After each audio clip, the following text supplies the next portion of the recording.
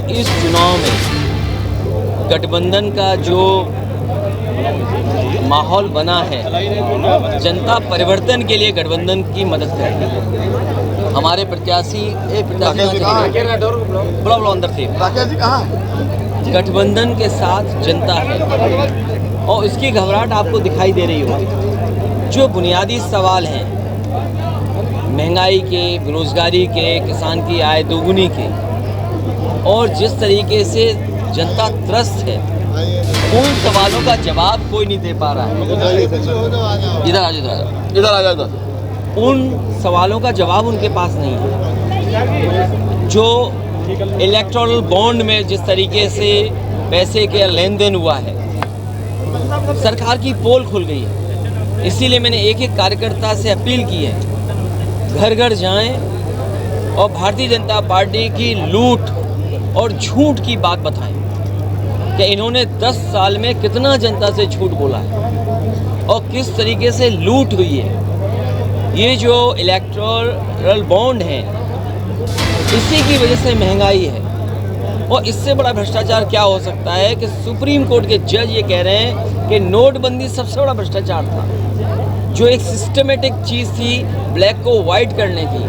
अगर आप याद करें, इसी सीतापुर में जब मैं विधानसभा के चुनाव में आया था तो मैंने कहा था रुपया काला सफ़ेद नहीं होता, हमारा आपका लेन देन काला सफ़ेद होता है। बीजेपी ने जनता से कहा कि रुपया काला सफ़ेद होता है। आज बताओ भ्रष्टाचार कितना है, पहले से ज़्यादा बढ़ गया और इनके लोग पकड़े जा रहे हैं उसमें। क्या बीजेपी के पास इलेक्टोरल बॉन्ड का कोई जवाब है? कोई जवाब बीजेपी के पास नहीं है। फिर इतने पेपर लीक हुए हैं, जहां लीक हो रहे हैं वहां बीजेपी की सरकार है। हरियाणा में जहां पेपर लीक हुआ बीजेपी की सरकार थी।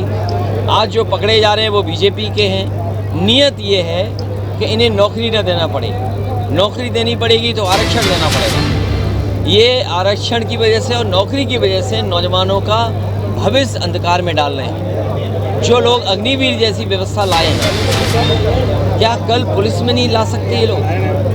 कल पुलिस में ले आए तो क्या करेगी जनता? इसलिए हमें सावधान रहना पड़ेगा।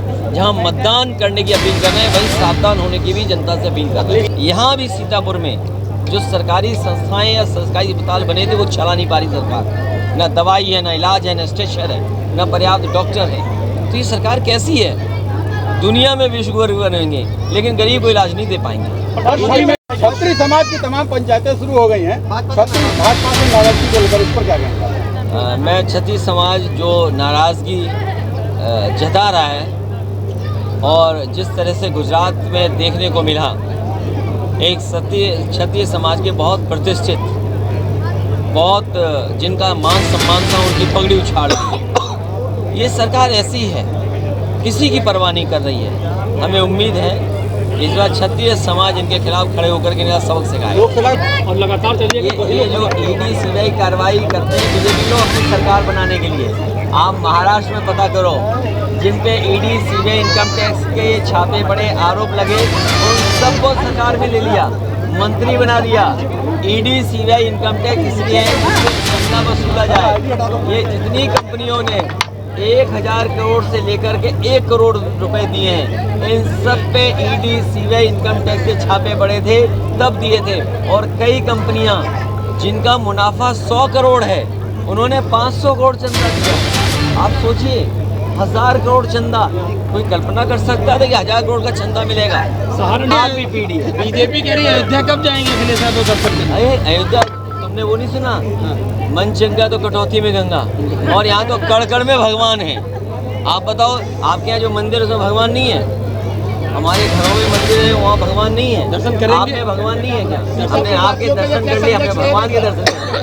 आपके अंदर भगवान, हमारे अंदर भगवान, आपके अंदर भगवान, इनके हमने आपका दर्शन कर लिया।